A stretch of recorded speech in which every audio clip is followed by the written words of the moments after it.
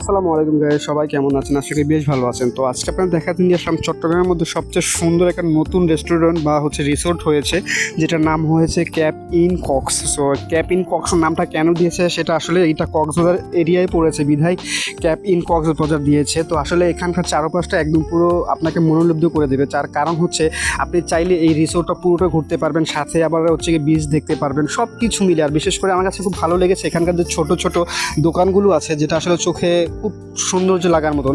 তো আপনাদের কাছে চেষ্টা করলাম আজকে পুরো ভিডিওটা আপনাদের দেখাই। তো আপনারা ভিডিওটা দেখুন, যদি আপনাদের ভালো লেগে থাকে একবার হলে গিয়ে এই ক্যাপ ইন কক্সে গিয়ে ঘুরতে পারেন, অবশ্যই আপনাদের ভালো লাগবে। আর যারা কক্সবাজার প্রেমিক মানুষ আছেন, তারা যারা কক্সবাজার যান, খুব ভালো লাগবে।